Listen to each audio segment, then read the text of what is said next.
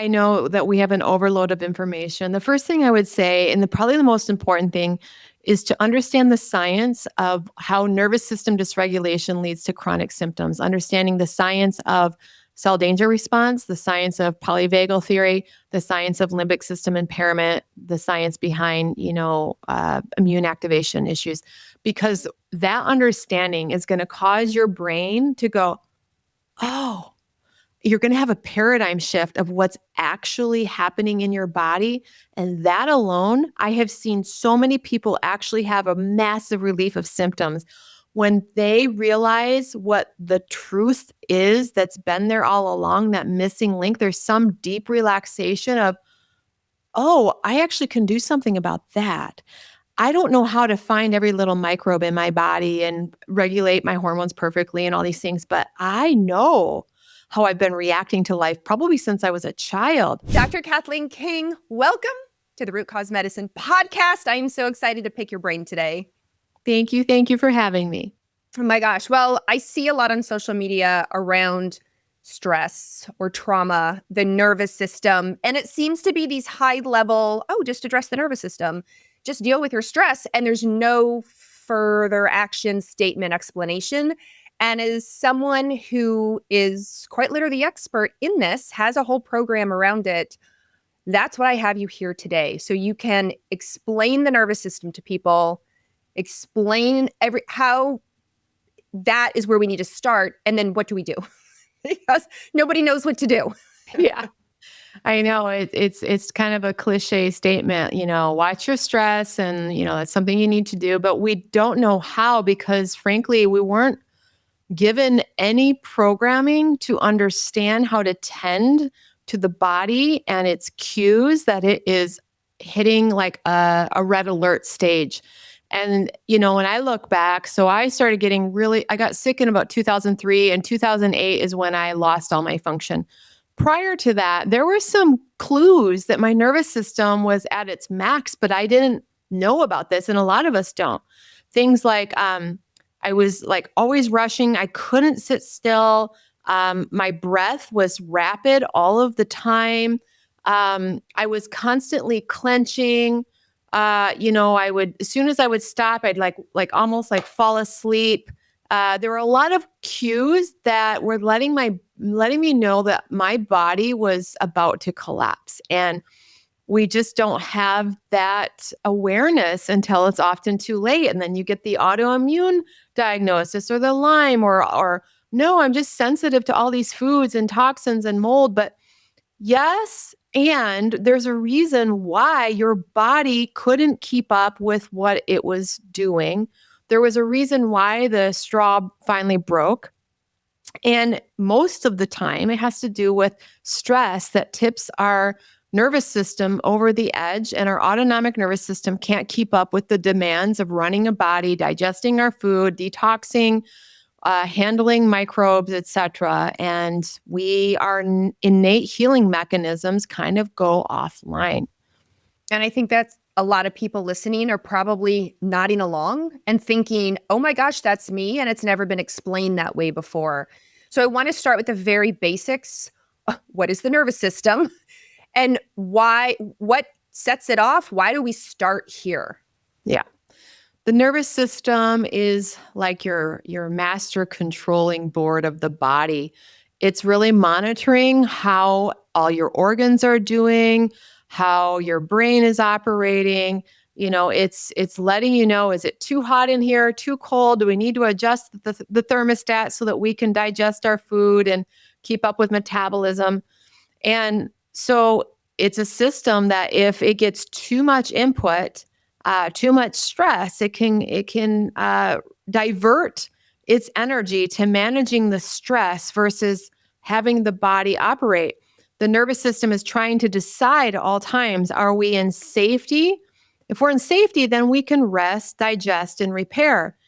But if it decides that we are in a threat stage, then it's going to shut down or slow down a lot of our function with digestion, immune function, detox, and it's going to look for the threat so that it can fight it. So this is a part of our natural evolutionary process. And if those that are interested, I really like the book The book's by Deb Dana, who teaches about the polyvagal theory. I think it's done in such a great way for clients, for patients to begin to get an understanding of the stages of their nervous system, how to know if you're in a threat response or a safety response, and things that you can do. So yeah, the nervous system is its foundation for health. It's what's deciding what your body function will be doing in this moment. And can you do both at the same time? Can you be resting and digesting and fighting and flighting? No, not well. And sometimes we can kind of like go back and forth, but not really. I mean, it's never like an extreme black and white. Of course, when we're stressed, we're still somewhat digesting, and we're somewhat, otherwise we wouldn't be peeing and pooping and all the things. We would die. So obviously it's working to some capacity, but it's limited. And the nervous system has to decide, where do we put all of our energy? You know what? We don't have time to take care of this because for whatever reason, this other issue is taking priority. And so yeah, it's not black and white, but you're definitely compromised in your ability to be in a health state if you are operating under high stress. And the problem is that we don't think we're operating under high stress because we've normalized how busy we are. We've normalized messaging on these cell phones all day long. We've normalized having 20,000 courses that we're a part of, and communities and meetups and all of the things. We've normalized not taking a walk, not sitting with silence. We've normalized not being in connection. And so unfortunately, we have normalized being in a high stress state, and we're wondering why our rate of chronic illness is epidemic in proportions at this point. Last weekend, I was flying home from Europe. I was lecturing in Copenhagen, and we flew from Copenhagen to Amsterdam, all the way back to Portland, Oregon. And about an hour into our flight, captain came on the intercom and he said, our left engine is failing. It's not at 100%, and it keeps showing up on the board, in the cockpit, that like the left engine's not doing its job. And he said, we're not going to risk it. I don't want to fly over the Atlantic Ocean at an engine not at 100%. So we're going back to Amsterdam to figure out the problem. And listening to you talk, and everything ended up being, it was a pressure gauge thing, but they fixed it in an hour and we were back out and totally fine. Thank goodness. But listening to you talk made me think of that. Like, people are constantly walking around, God knows at what percent their left engine is doing. And unlike the pilots who saw it on the board in the cockpit and were like, we're not taking the risk, we're going to go back and let's address it. Humans seem to just push and push and push and push. Like, no, I can get by at 30%. I can get by at 20%. I can get by at 10%.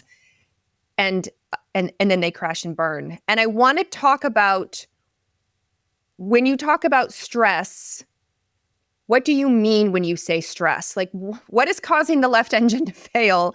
Because when people think of stress, they may, just as you said, no, I'm not that stressed. Not realizing stress is a very broad umbrella term. I would say stress is our resistance to situations and things and energy and emotion that's happening. Stress is when we want reality to be different than it is, or we're trying to avoid reality.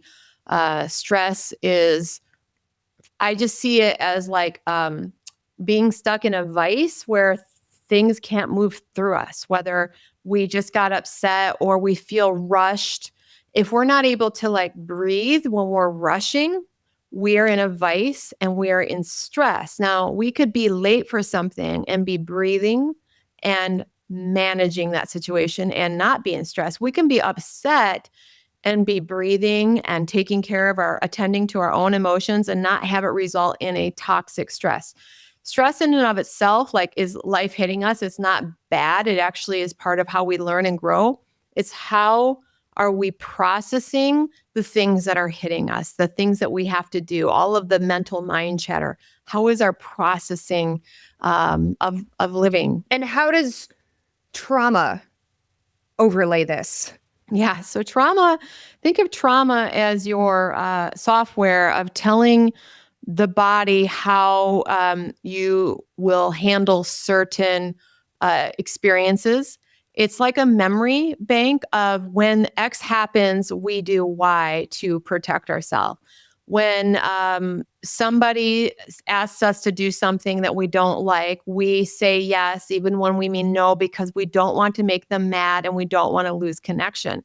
So that we often have these software programs that we don't even question or challenge. And when we say yes and we mean no, we are building up more of that stress in the system. That's more of that vice that I described, where you're squeezing on the inside and you're not actually letting that experience move through you, which is, I don't like what this person is asking me to do. I want to feel that. I want to realize my truth is I want to say no and actually follow through in saying no and trusting that doing what is in integrity is the higher and better thing for both people involved. I mean, that takes a lot of conscious awareness. So trauma causes us to behave unconsciously, habitually, to supposedly stay in connection and to not be thrown out of the tribe. And, so I would say that trauma is the underlayer of what's causing one person to have a high stress load versus another. It just depends on if they have been aware of their programming, learned how to question it, learned how to show up in a way that they couldn't show up as a child, which means you are going to have self-regulation. And to me, trauma is the backbone behind why a lot of people have chronic unresolving symptoms. The body simply doesn't have the capacity or even the instructions to turn on and complete its natural healing cycle. And actually, that's a great segue into the next question is linking stress and trauma and physical symptoms. You mentioned earlier things such as digestion or Lyme disease. And I know people are like, no, that I have Lyme is an example, or mold. I need to hyper focus on that. That's the issue. It's the mold that got me. It's not my stress and trauma. How would one manifest as a physical symptom? That's weird. I'm like, oh, right. So let's talk about that. I'm laughing a little because this is such a charged topic. And I was somebody who was on the other side of this fence. Like, how dare you tell me my nervous system is responsible for my symptoms? Have you seen my lab tests? I'll prove it to you. I've got it all. I've got all the co-infections. I've got the mold toxicity. I get it, you guys. I understand that argument. But if you look into the research, there are a lot of people out there that will test positive for Lyme disease and they do not have these symptoms. There are a lot of people in moldy homes and they do not have these symptoms. And then you can say, well, they don't have the HLA gene. Guess what? I have the HLA gene and all of that. And yeah, it makes you a little more susceptible. And I got my freedom back with that gene while living in mold. I got my function back. And I've seen many people do that. How do they do that? Well, the truth is that a lot of our symptoms are run by our limbic system and the way that it communicates with our hypothalamus, causing a whole downstream effect of different biochemical reactions. And when we have a set point of stress, the body will interpret everything as a massive threat. Even minute amounts of microbes, or even the memory of having microbes in the past, the memory of the mold in the past, or sometimes the actual exposure to those toxins in the present moment. You want to think that some people have a reaction as if this is a 5-alarm fire. This is like, death if we have this in our body, and it will produce a biochemical reaction of, all troops, let's go after this, of the immune system. It will cause a massive immune overactivation. It'll cause a massive cellular danger response, which is you're going to think of cytokine storms and your cells just going into full-on protection mode. When the next person who might not have a history of trauma, whose body set point is, oh, I can have things happen and I will allow my immune system to activate and it will resolve and I'll come back into homeostasis. Now, this isn't conscious. This is an unconscious way that the person who hasn't had a lot of trauma or hasn't had a lot of kindling of their nervous system, they will respond differently to these microbes, to these toxins, to their food. And, we've seen this in studies. We've seen this just looking at families who are all exposed to the same thing. So if no two people respond the same way, what is it that's causing someone to have horrific symptoms? I believe that it is the way that their cells are responding to to the microbes. I believe it's how the immune system is responding. And I believe that's largely influenced by our limbic system, by the way that the body processes stress and warning signals. And I know this to be true because we have now had close to 15,000 people go through my program, and I've seen so many of them have either full resolution of their symptoms or a pretty darn good resolution of their symptoms with nervous system practices alone, many of them, and legitimate diagnoses. So we're proving that the nervous system is a big part of what helps the immune system come back into regulation. So it's not that these things don't exist. It's just that how your body is reacting to them might be extremely exaggerated response, and you might be getting stuck in a massive immune overload because your body is used to overreacting to stress, to triggers, to life in general. And is there a test for this? Is there a way, or is it just hearing somebody's history that immediately you're like, we have a nervous system issue? The test would be very subjective. I have a quiz on my website that you can take where you can tell if you might have nervous system dysregulation as part of your symptoms. But I would say if you're somebody who has been to a lot of doctors and you've tried a lot of protocols and you are so symptomatic that it's not the doctor, it's not the protocol that isn't working, it's that your body can't process what you're trying to do because it's stuck in a stress response. If you're somebody who sort of wakes up with like the sky is falling, Chicken Little, the sky is falling in some way, likely your immune system, your nervous system is going to have some messaging that it will keep your symptoms much higher. I mean, there's a whole bunch of different indicators of this, but I would say that person who overreacts to everything with a supplement, a homeopathic, they can't take anything, this message is absolutely for you. That would be what I'd say. which is a good answer. Absolutely. And now, obviously, I want to get into, okay, what do we do? Now that people are listening, nodding along, raising their hands, they've pulled up a new tab. They're already filling out the quiz right now on your website. And they're like, oh no, this is me. Like, where do we start? Because online, we see all sorts of options. Like, oh, you need breath work. Oh, you need somatic. Oh, you need to just chill out. Oh, you should journal. Oh, you should. It's like, and oh, by the way, make sure you get enough protein in your day. There's the list can feel really overwhelming, which then of course overwhelms the nervous system. So how do you approach this? Yeah, I know that we have an overload of information. The first thing I would say, and probably the most important thing, is to understand the science of how nervous system dysregulation leads to chronic symptoms, understanding the science of cell danger response, the science of polyvagal theory, the science of limbic system impairment, the science behind, immune activation issues, because that understanding is going to cause your brain to go, oh, you're going to have a paradigm shift of what's actually happening in your body. And that alone, I have seen so many people actually have a massive relief of symptoms when they realize what the truth is that's been there all along, that missing link. There's some deep relaxation of, oh, I actually can do something about that. I don't know how to find every little microbe in my body and regulate my hormones perfectly and all these things, but I know how I've been reacting to life probably since I was a child. Oh my gosh, I know that I've been doing that. And that switch of recognizing that the diagnoses might be, yeah, it's there for your physician to guide your protocol, but your diagnosis is I am stuck in a chronic stress response and my natural healing ability has gone offline because of that. That shift is empowerment, guys. And then from there, yes, I need to learn some tools to learn how to begin to regulate my nervous system.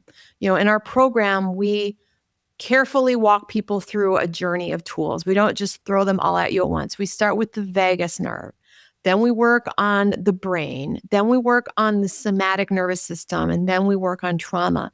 It's very sequential. You don't want to just open up Instagram and try a million things because you'll blow the circuits of your nervous system. And so learning from somebody, whether it's a book or a program or a coach to teach you how to sequentially walk your nervous system through the process of building its strength. You wouldn't go into a gym and use every machine in the gym. The same thing for your nervous system. You have to start small and build your way up. It might be by just finding a breathwork practice that targets your vagus nerve on Google. I would start there. Or the Heart Math Institute, learning how to do heart math coherence breathing for those of you who are new. I have a free book on my website called How Healing Happens. It's a 130-page guide to it's free, and it's basically a mini program to start you walking through this process. And there's a lot of those out there. It's not just me. You don't have to do my guide, but I would say start with the vagus nerve, start with some breath work, and start taking an inventory of how your overreaction responses in your life might be showing up, and learning how to pause, to spend time away from social media and be in the body and start to meet yourself, start to meet what's there, and decide to go on a journey to get your power back, to get your ability to consciously self-regulate your own biology back. And let's start with the vagus nerve, because I want to know, first of all, for people who are unfamiliar, what it is, but why do you start with that nerve? Yeah, good question. So the vagus nerve is also called the wandering nerve because it literally runs from your brain and wanders all throughout your body. So if you're going to work on one thing that is like a master control switch for the body, the vagus nerve might be that thing because it really goes to your brain, your heart, your lungs, your digestive system, your organs. And it's constantly sending messages from the body back up to the brain to say, hey, brain, this is how we're doing down here. And it's also sending messages from the brain back down to the body. So it's a two-way communication. And so targeting that, you are literally targeting the way your body operates right now. In this moment, within a few minutes, you can shift your biochemistry, folks. You could literally make your own type of pharmaceutical by starting to target your vagus nerve. And we're starting to show that. Dr. Joe Dispenza's work is amazing. He's starting to really show this way of self-shifting our own biochemistry. So we start there because it's the most direct path and it's usually easier. A lot of programs like to start with brain retraining, and I don't. I think it's too big of a leap for a lot of people to make who are stuck in a severe stress response to go into creative visualization and positivity. It's just too much too soon. So I prefer a more subtle approach, which is breath work. I actually do eye exercises to target the vagus nerve, sound, simple hot, cold exposure, depending on where your adrenals are at. There's a lot of really basic things that you can start today to get that master control nerve to optimize its signaling that it's sending from the brain to the body and vice versa. Now, with breath work, give us an example of, there's obviously a few types of breath work for the vagus nerve, but give us an example of maybe one or two, because there's all sorts of breath work options out there. There's like really fast Wim Hof type breathing, and then, there's box breathing, there's nasal breathing, and, there's all this breathing, and people are like, I don't know what to do. Okay, this is such a good question. Don't go blow your circuits with Wim Hof breathing if you're just getting started. I learned that lesson the hard way myself. I didn't understand that all breath work was not created equal. So this is important. There's breath work to stimulate your parasympathetic nervous system, which is your rest, digest, repair. Initially, you guys, that's what you want to stimulate.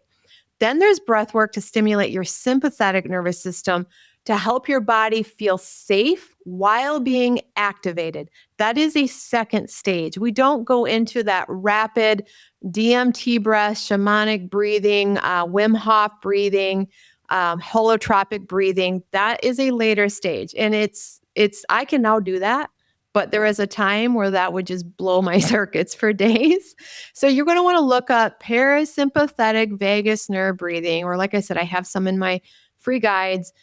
Very simple stuff. One of the best ways is to learn something called box breathing, or like I said, heart math coherence breathing. Both of these things can be found all over on YouTube, and you just follow along, or an Insight Timer.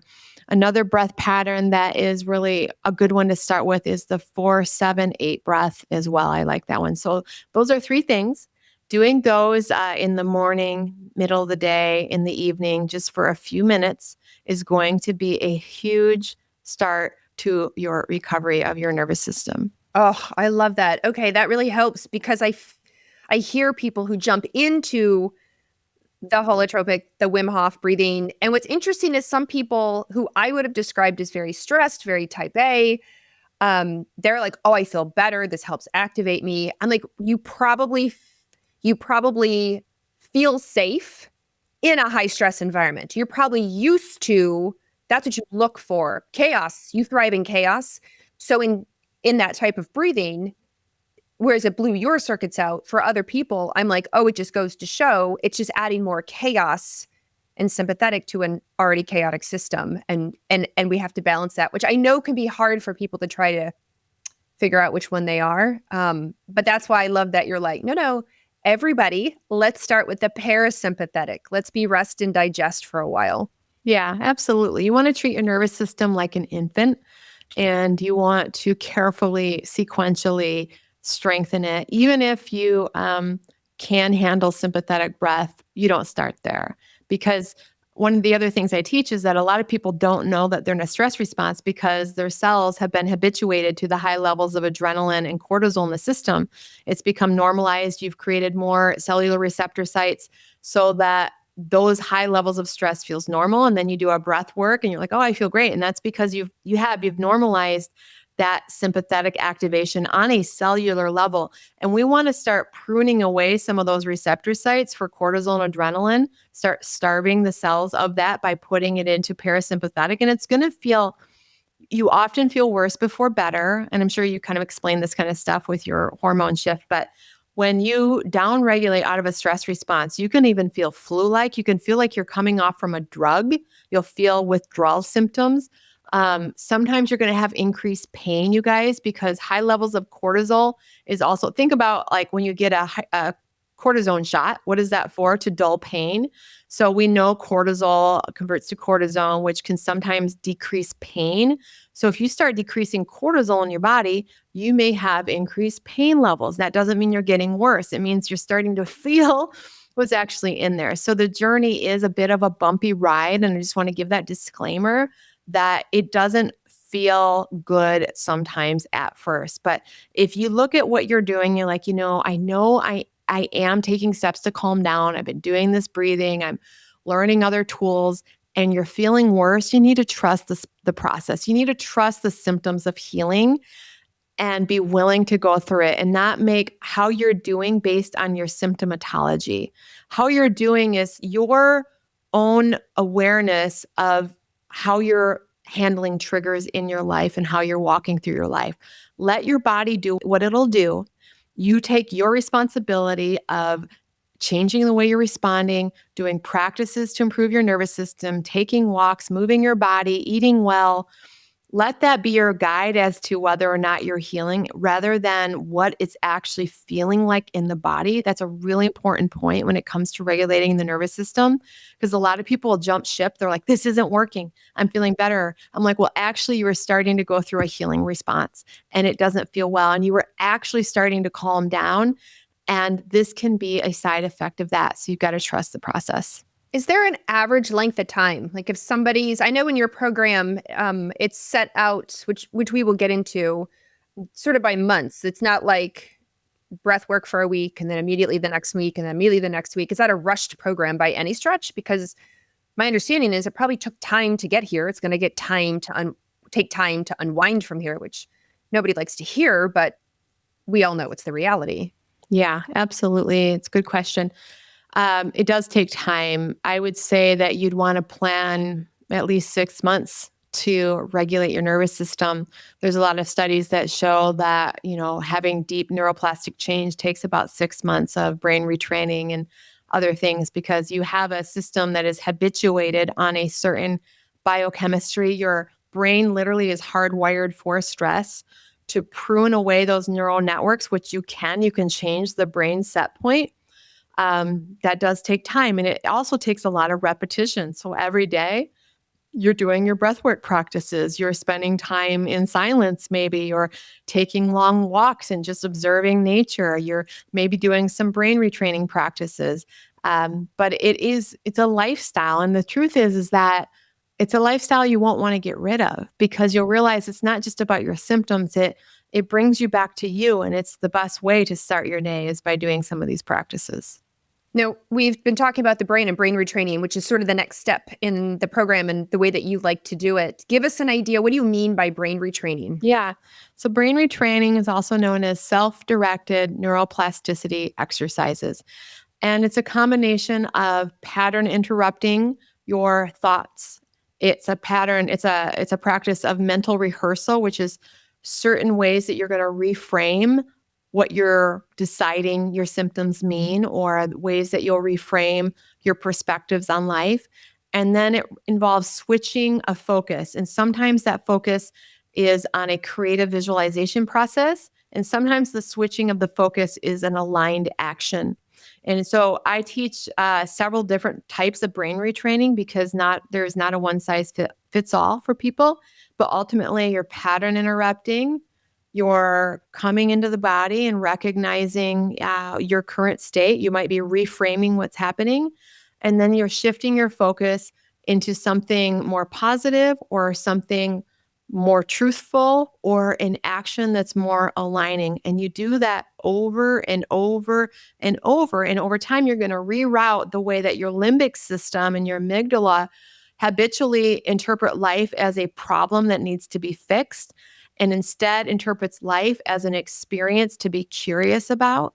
And that is when our life force can run through our body again, when it's safe to be alive, because you're not having to protect or fix anything. A lot of people on this path, it's a sneaky personality, because they're chronic fix-its. They are self-help addicts, and it looks like they are trying to get better by doing these like protocols, but they're doing them under the mental influence of, I'm not okay and I need to do this to fix myself. And that's actually a stress response. And sometimes you can even do nervous system work with that same attitude. So we say this is sort of a recovery program for fix-it-aholics.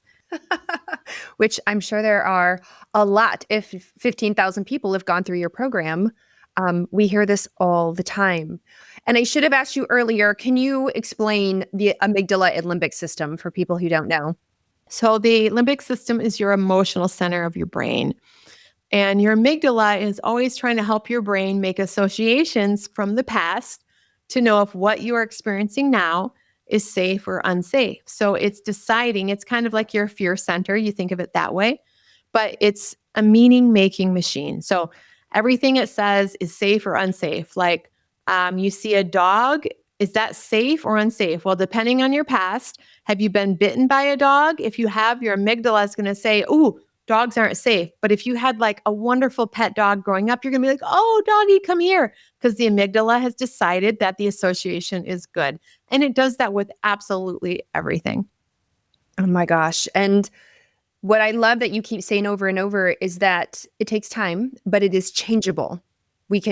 The dog is a great example, but that can, like she said, it can apply to absolutely everything in your life. People, places, things, emotions, thoughts, habits, stories we tell ourselves.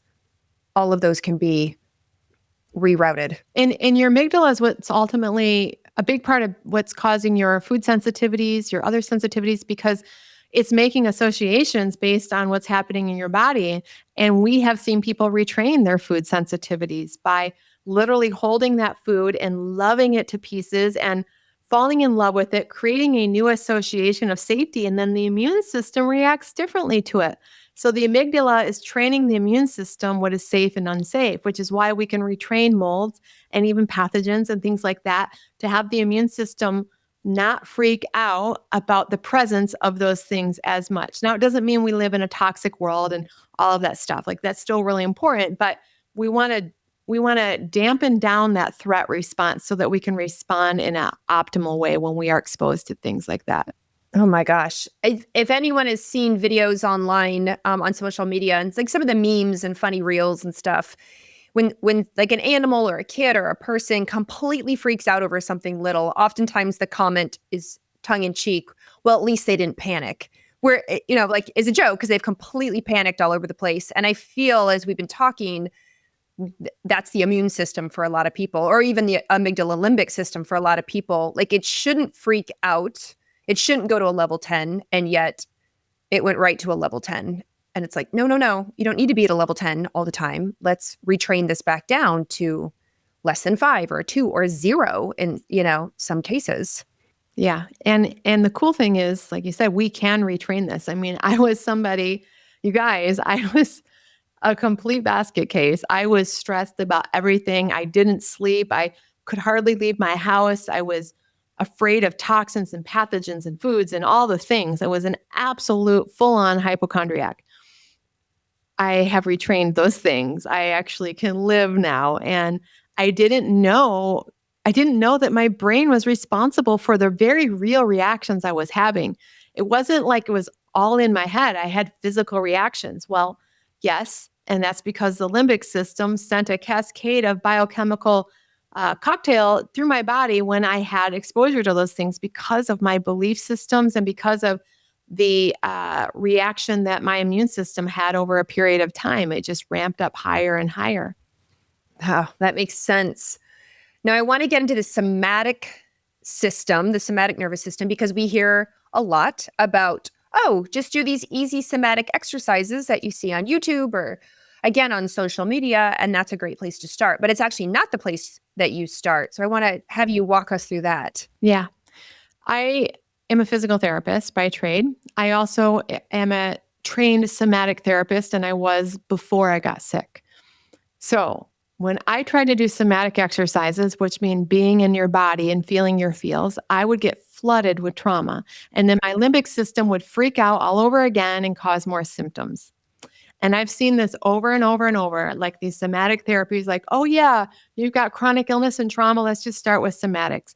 For some people, they can do that. And for a lot of others, it is a disaster because they have no capacity to feel what's in their body yet. Their limbic system goes right into story. Their vagus nerve isn't toned enough to handle that stress response. Yes, you need to go in the body. Yes, somatics is essential in the right timing for the right person. So somatics is the process of deeply being able to be non-resistant to what you're feeling, to stay out of story, to stay out of meaning, and to process emotions that have been buried in the nervous system, to process grief and anger and shame. In order to do that, you have to have a strong limbic system. You have to have a vagus nerve that's online and can keep your breath pattern regulated. Does that make sense? Why that would be later and why we are doing such a disservice by having all of the self-help gurus who have become experts on the nervous system because they watch somebody's video tell you what to do. You guys, they're just trying to gain followers, just so you know, like they don't know what they're doing. A lot of them do not know what they're doing. You need to find somebody who has some type of clinical background. They understand how to walk people sequentially through a process. And yes, some of these exercises are amazing at the right time for the right person. And I'm sure people listening have had that experience where they have maybe they're non-believers, rightfully so, because they jumped in to the wrong, unbeknownst to them, the wrong section. Again, you're saying, let's start with the vagus nerve, toning the vagus nerve because we start with the basics and then we ramp up from there. And they jumped into somatic or they jumped into some of the brain retraining, et cetera, trauma work that their whole body was so not ready for. Yep, absolutely. And that's something even myself, I made that mistake many times. And so sequencing in this healing process is so important. I mean, same thing with the work you do. I'm sure you've got to sequence and carefully shift those hormones so that you don't blow somebody up. It's the exact same thing with the nervous system. And being mindful of that and starting with the basics. And you might think, oh, this breath practice is so simple. It's not going to help my very real Lyme and mold. And you don't understand. I've got all this big stuff. You've no idea. The nervous system responds to the smallest input. You just being consistent with that free heart coherence breath multiple times a day could completely change your life. you could completely get your function back, even if stuff is there that you may have to deal with your nervous system growing in its capacity and calming the immune system down. You're going to be in a much better place to handle treatment and to, take supplements and things like that. Oh, I love this. And I appreciate earlier that you said there are a lot of programs out there, but you have a program. So I want to talk about your program for everyone who's interested. Let's walk through that. Yeah, thank you. So Primal Trust, I created that because I wanted to learn how to cultivate my own primal trust when I was so sick, which means your innate connection to safety, to life itself. And so I teach people how to do that. And we have a main course called Regulate. That's our level 1 program. And that's where most people stick with because it is the nervous system toolkit. You will learn over 40 different nervous system tools, and you will find the ones that work for you. You won't be doing all 40 every day. You find what resonates. We have literally hundreds of practitioners who take our program, as well as thousands of members. So it's been very popular. We have live daily classes, meaning you're not in this alone. You can show up every day and regulate with a community. We put people in study groups if they want to be, so that they can form peer-led support groups. And we also have a level 2 program, which is where we work through trauma and the deeper stuff. So once you learn how to regulate your nervous system a little bit, then we go into the deeper wounding. We call it parts work, inner attachment repair, true self-discovery. So this is like healing the stuff that was buried in your subconscious, healing your resistance patterns. And that's actually my favorite part of the program. I developed that part first. And then we have a level 3, which is a community for ongoing learning. Like we're right now talking about self-abandonment and boundaries and victim mindset and relationships, and really learning how to bring forward the best version of ourselves. So it's a multi-level program, and some people come and go. They take level 1, they take a break, they come back and they do level 2. It's in membership format. It's $96 a month. You can cancel anytime. You can come back anytime. Everything's included. There's no upsells. It's just one very simple membership available. So, oh my God. And the website again? primaltrust.org. .org. Amazing. All right. So as we wrap up this podcast, we have covered a lot of information around the nervous system, a lot that probably resonates with a lot of listeners, some that might feel kind of overwhelming. So what would you like to leave us with? If you're talking to a beginner, right? Somebody listening going, gosh, I don't know. I think this is for me, but I'm not sure where to start. Is there anything I can do simple? Like, what's one thing everyone at least needs to take home with them today? First of all, that how you feel, you have more influence over that than you realize. Even if you've been given so many diagnoses, or even like the state of the world right now, everybody is feeling, a lot of people are feeling a certain way, and they're externalizing their power to something else, to some toxin, to some bug, to some political figure. We need to get our power back, you guys. And it starts with learning how to attend to what you're feeling right now without blaming anything. And by attending, it might mean I really need to sit and make myself a cup of tea and just love on myself because I am overloaded. And I'm going to care for myself like I would a child who's just come home from school crying because they're in overwhelm. I'm going to put myself in a cozy little blanket and just listen to my favorite music and maybe do a little bit of breathing. And I'm just going to choose to love myself today through this moment. I'm going to let go of the blame, let go of all the worry, let go of the fixing, and just be here now with me. Stringing those moments together over and over and over. There's no way that your innate healing can't come back online when you love yourself like that. Oh, that was beautiful. I love that. And I love that you said string together these moments, because I think sometimes people feel like this becomes a full-time job. And you've said multiple times, 1, bring the power back to us. We're in control. And it only takes a couple minutes. She didn't say hours. She didn't say, all day, every day for a 3-day weekend. She said string together moments. And I think that's key, because when you are sick, when you don't feel good, when you're overwhelmed, everything seems insurmountable. And you're like, no, just bring it back for a couple moments. Not forever, not hours. And which makes it approachable. So, Dr. Kat, where can everyone find you on all the places? Yeah. So Instagram, Primal Trust _official. YouTube is Primal Trust Official, primaltrust.org, the website. I'm on Facebook too. I don't remember what it is, Primal Trust something. But we do have a lot of free resources.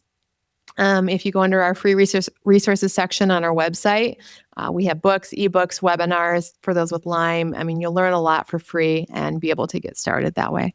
Oh, fantastic. Thank you so much for being on the Root Cause Medicine podcast today. This was absolutely amazing, and I know is going to help so many people in this world who need it right now. Oh, thank you. Thank you for having me.